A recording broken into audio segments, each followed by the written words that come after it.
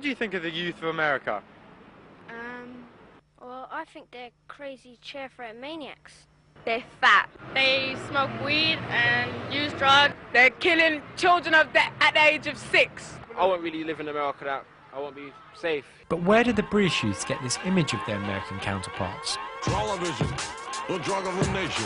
Breeding ignorance, feeding radiation. Seen them on TV, you know. It's mostly TV, like Fresh Prince or things like that. Magazines, television programs, soap operas. Kids, you know the movie? I watch talk shows like Jerry Springer. The media, really. We may well be called Britannia right now, but Britain still lives in the shadow of Americana. Young people in the UK are constantly bombarded with images of American youth. But how real are these images? I went to America to get a slice of the action and to find out what exactly is behind the sensation surrounding the youth of this nation. Welcome to New York, New York, where thoughts of poisonous pork.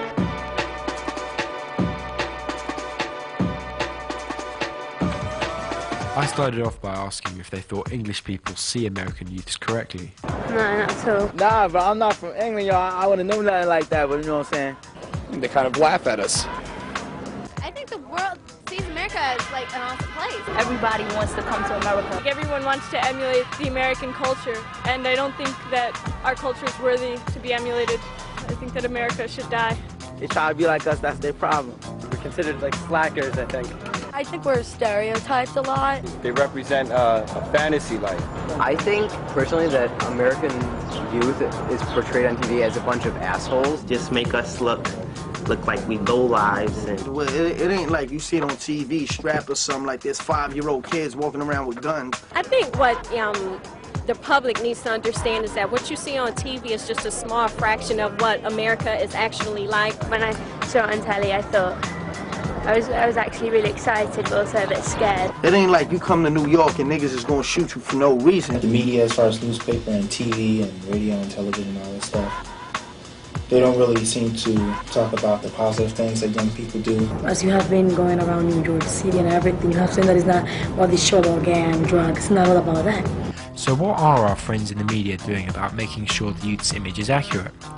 We went to MTV, the main purveyor of the American youth's image, to see how they keep their finger on the pulse. The MTV Research and Planning Department is pretty much the lifeblood of this channel. We do something called ethnography, where we actually go out to our viewers' homes and rifle through their music collections, their closets. We hang out in their rooms and find out what they're all about and what they like and what they're doing.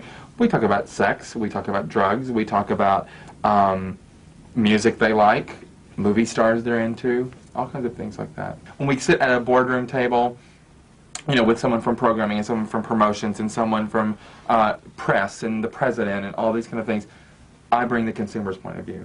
I am the viewer. It's a type of American expression, it's music. So you get so many different types of opinions and cultures and lifestyles out of music that some people don't even know about. The way our viewers talk about it, MTV is their channel, and you can tell that it's their channel. They look at it with great passion, in fact. MTV like reflects me, the way I dress, my style, it shows me trends. I love it. I think it's very influential. I think that with the MTV generation, we're definitely getting a voice. I think the 80s were the MTV generation because they did so much off the videos. I think we all have our own minds. We do what we want. We dress no matter what, you know? I wonder if we aren't all part of the MTV generation. The MTV generation. I wouldn't give MTV that much credit. I mean, nobody watches it, first of all. I think if you're going to stay home and do nothing but watch TV, then that's a good name. But labeling an entire group of people as just lazy slackers, you know, that's not, you can't do that. I barely watch TV. I try not to even get involved with TV too much because it's like a time killer. Killing time is something that the 2,000 young people that turned up to audition to be an MTV VJ know all about. So you've just auditioned to be an MTV VJ. How was it? It wasn't bad. It was the hardest part was waiting online. I've been here since like 7:30. Well, I've been standing here for about 7 hours since 7:30 this morning, and it's real hot in here. The sun is it's starting to burn, so it's real bad though. But what is a 7-hour wait in the sun when you stand a chance of becoming the face of the MTV generation? This is just basically showing you the some things that we did where we actually took viewers out and gave them magazines to sit around and make collages of what they thought that the new MTV should be. And you can see it's mostly, again, it's like really exciting, lots of celebrities, lots of comedy. People want humor. I am Condolio. I need TP for my bunghole. They expect us to be serious at certain times for news and things like that, but they especially want a lot of humor. TP for my bunghole. Give me TP. They used words like, I want to be addicted to it. Yeah. I want to be so charged up that I don't want to miss it. But what about the music? Music has been the single biggest cultural, in a way, almost political influence on young people for many years. I mean, certainly when I was young, you know, music is a great influence. I think it's still that way today. I see what you mean. Do you? Right. What do you feel influences the youth of America the most these days? Music. Music is a strong tool, and it's when you're listening to these songs, if you're in that age group, it's just like your peers talking to you. More and more young Americans are finding the only way to ensure they are properly represented in the media is to represent themselves. We all trying to have the whole world hear us if possible, because we got a lot of things to tell the world. This is True Life, a 22-year-old New Yorker breaking into the rap business with the intention of letting the world know what growing up in the hood is like. First time I got shot, I was 11 years old. Chasing after money got me shot up 3 different times. I've been stabbed up twice, put in a coma. When I was 12, I was living like I was 35. And now I'm 22, and I feel like I'm 65. I feel like an old man. I don't party. I don't have fun. I'm depressed. I'm stressed out. Every day of my life, I gotta take pills to calm my nerves down. So I'm telling the world, learn off my mistakes. You know what I mean? And learn off my people's mistakes. I'm not going here talking about what I go through. You know what I mean? Everything as a whole, what I see. You know what I mean? Everything. I'm the type of person I analyze every situation. You know? Music is a time-honored way of expressing an opinion or portraying an image. Kids everywhere see the music business as not only a way to be heard, but also a way to get out of a difficult way of life. I think a lot of black kids feel the only way to get out of the ghetto is to either, you know, become an athlete and try to become a professional athlete, or, you know, become a hip-hop artist. The majority of the kids nowadays, they definitely, first thing they try to do is, you know, they try to rap. Rap. Keep it right. We can't keep the peace if we always fuss and fight. So let's take it back to the days when we took away the to raise a child. Impact Repertory Group is a project based in Harlem's Mini-Six Center that channels young people's energies into music and performance.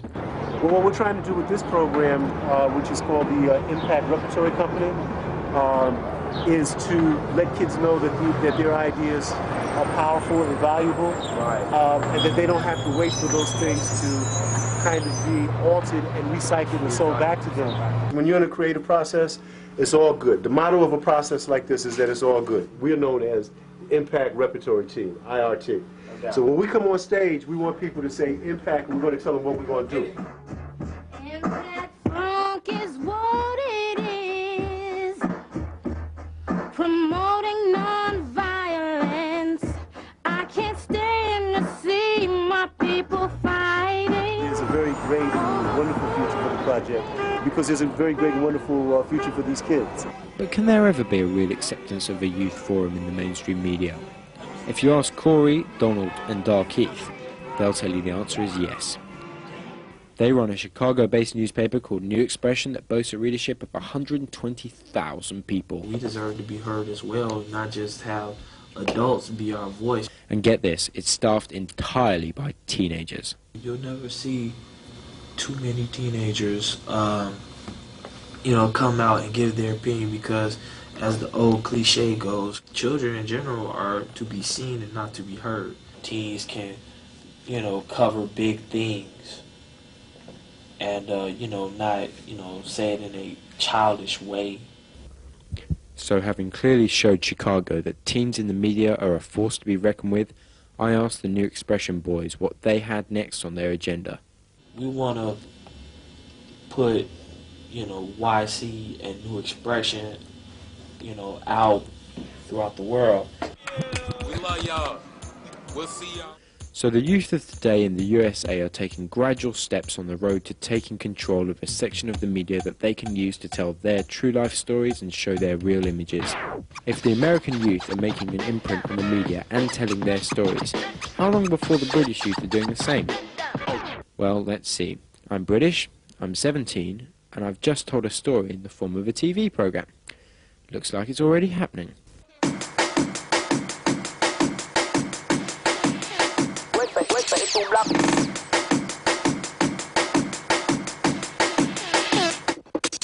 Now before make it record. The hood was my savior. The hood was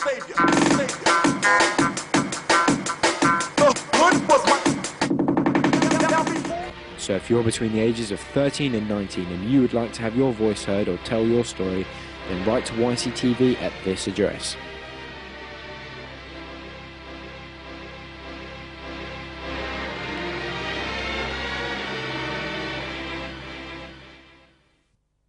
Children at the age of 6. I won't really live in America. That I won't be safe. But where did the British youths get this image of their American counterparts? Television, the drug of the nation.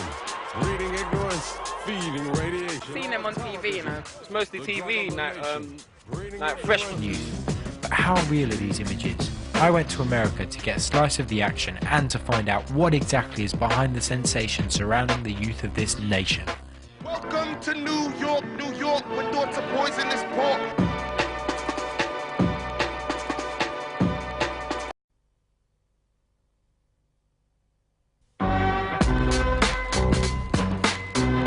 What do you think of the youth of America? Well, I think they're crazy chair-threat maniacs. They're fat. They smoke weed and use drugs. They're kids. I started off by asking if they thought English people see American youths correctly. No, not at all. Nah, bro, I'm not from England, y'all. I wouldn't know nothing like that, but you know what I'm saying? They kind of laugh at us. I think the world sees America as like an awesome place. Everybody wants to come to America. Prince or things like that. Magazines, television programs, soap operas. Kids, you know the movie? I watch talk shows like Jerry Springer. The media, really. We may well be Cool Britannia right now, but Britain still lives in the shadow of Americana. Young people in the UK are constantly bombarded with images of America.